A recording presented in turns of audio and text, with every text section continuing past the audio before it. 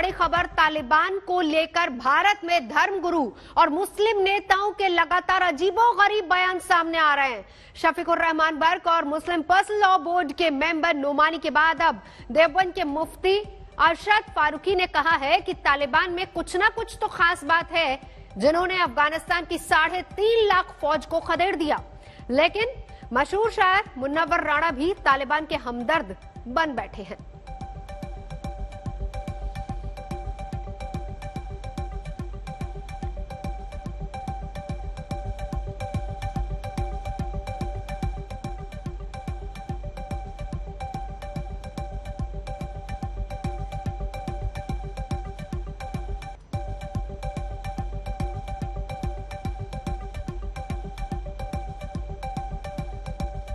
तालिबान ने अफगानिस्तान पर कब्जा कर लिया। आज ये मुद्दा देश और दुनिया में छाया हुआ है। इस मुद्दे पर क्या सोचते हैं मशहूर शायर मुनव्वर राणा हमारे साथ बात करने के लिए है।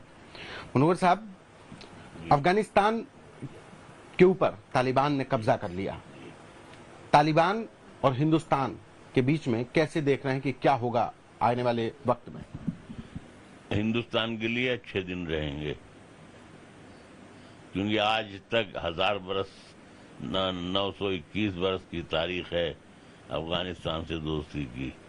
कभी किसी अफगानी ने किसी हिंदुस्तान को न बुरा कहा, न नुकसान पहुंचाया और न अपनी मोहब्बत में कमी की। लेकिन अब तो वहां पे तालिबान का कब्जा हो गया। तालिबान का मतलब आतंकवादी संगठन कहा जाता है। उसकी क्रूरता की जो मिसालें हैं, जो तस्वीरें आती, बहुत डरावनी होती है। बात निकलेगी तो फिर दूर तक जाएगी, समझे आप।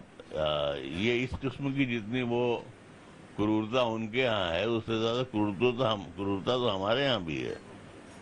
हम तो अहिंसा के पुजारी बताए जाते हैं। हम लोग अहिंसा के पुजारी हैं। बताए जाते रहे होंगे कभी, जब अहिंसा रही होगी भगवान राम के जमाने में।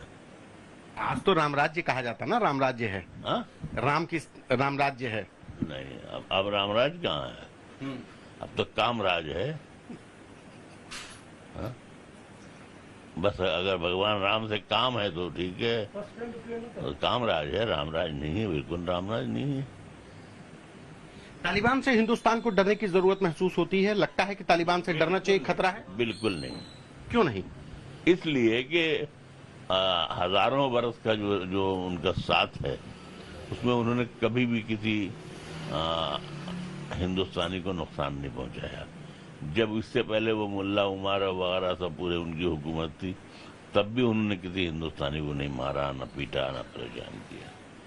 ठीक है, ये भाई हमारा मुल्क है। हम कह सकते हैं किसी को भी, यानी हमारी सरकार कह सकती है कि आप हमारा मुल्क छोड़ दीजिए, लेकिन उन्होंने किसी हिंदुस्तानी को मारा नहीं। इसलिए नहीं मारा कि उनके बाप दादा यहाँ आबाद रहे हैं, यहाँ से कमा के अपने बच्चों को उन्होंने पाला है। अपनी लड़कियों के लिए दुपट्टे से लेकर के और कुर्ते पैजामे के कपड़े सब यहाँ से खरीद करके ले गए हैं। अपनी बच्चियों की आबरू के लिए जो कपड़े इस्तेमाल होते हैं, वो सब यहाँ से खरीद के ले गए हैं। आज भी हमारे मोदी जी ने जो वहाँ पर पार्लियामेंट बनवाई है और जो सब इमदाद की है, और करते रहना चाहिए। ऐसा नहीं है कि उसका नुकसान होगा। एक बार तो नुकसान पाकिस्तान से हो सकता है, लेकिन अफगानिस्तान से नुकसान नहीं पहुंचेगा। लेकिन अब अफगानिस्तान में वहां पर तो कोई सरकार नहीं है, तालिबान की सरकार है ना, तालिबान का कब्जा है। भाई आप देखिए, फिर आप ऐसे छेड़ रहे हैं कि हम ये बोलें कि यहाँ पर भी अभी जिन लोगों की हुकूमत है, वो भी तो पहले जमाने में तालिबान ही थे। कौन लोग? अब इसमें कोई फायदा नहीं है अननेसेसरी। लेकिन ये कि अच्छे में बनने में, बुरे बनने में कोई वक्त नहीं लगता है, लेकिन अगर नहीं बनते हैं तो हजारों साल नहीं बनते हैं। हमने आपसे बताया कि कम से कम इतिहास के पन्नों को जब आप देखेंगे तो आपको ये अंदाजा हो जाएगा कि अफगानी जो है हमेशा से हर जमाने में हिंदुस्तान के साथ खड़े रहे हैं। अब ये है कि ये उनके कबीलों के नाम है, कोई कुछ है, कोई कंधारी है, कोई कुछ है, कोई काबुली है, कोई अलग अलग नाम है उनके। उनमें एक नाम इसका भी है। तालिबान ने जिस बात कर रहे हैं अफगानिस्तान की, जिस देश पे कब्जा किया है, वहां के लोगों को भी तो परेशान किया है, तो कैसे हिंदुस्तान का दोस्त हो सकता है? नहीं, देखिए वो उनका इंटरनल मामला है ना। लेकिन जो आदमी अपने घर में सही से बर्ताव नहीं कर रहा, वो पड़ोसी और हमसे बर्ताव क्या करेगा सही? तो फिर ये बात तो आपके ऊपर भी सही आती है, हिंदुस्तान पर भी सही आती है। कैसे? कि जब आप अपने देश वालों के साथ बर्ताव नहीं करते हैं सही। देवबंद के एक मुफ्ती साहब तो एक कदम और आगे बढ़ गए।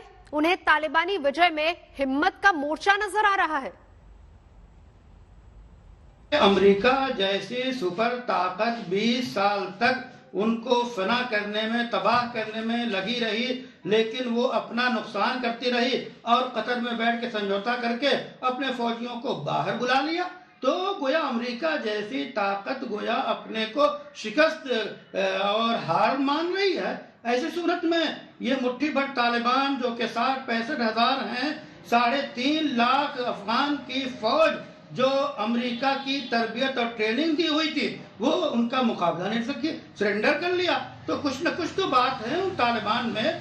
अब उन तालिबान को किस नजरिए से देखा जाए, अब आइंदा वो क्या करते हैं दुनिया देखेगी। और इससे पहले all India Muslim law board और समाजवादी सांसद भी तालिबान के लिए तारीफ के कसीदे पढ़ चुके हैं। समाजवादी सांसद के खिलाफ तो केस भी दर्ज किया जा चुका है। हमारा देश जब अंग्रेजों के कब्जे में तो सारा हिंदुस्तान आज़ादी के लिए लड़ रहा था। अब वहाँ का भी अब अमेरिका ने कब्जा कर रखा, पहले रशिया में था, फल जगह जगह उनका भी कब्जा, वो भी आज़ाद रहना चाहते, अपने देश को आज़ाद कराना चाहते। ये तो उनका पर्सनल मामला है, इसमें हम क्या दखल देंगे। अपने देश को आज़ाद करने के लिए तालिबान के ज़रिए से, और तालिबान एक ताकत है और वो उसने अमेरिका को के पाँव नहीं जमने दिए। मुबारक हो इमारत इस्लामी अफगानिस्तान के कायदीन को। आपका दूर बैठा हुआ ये एक हिंदी मुसलमान आपको सलाम करता है, आपकी अज़मत को सलाम करता है, आपकी जुर्रत और हौसले को सलाम करता है, आपके जज्बे ईमानी को सलाम करता है।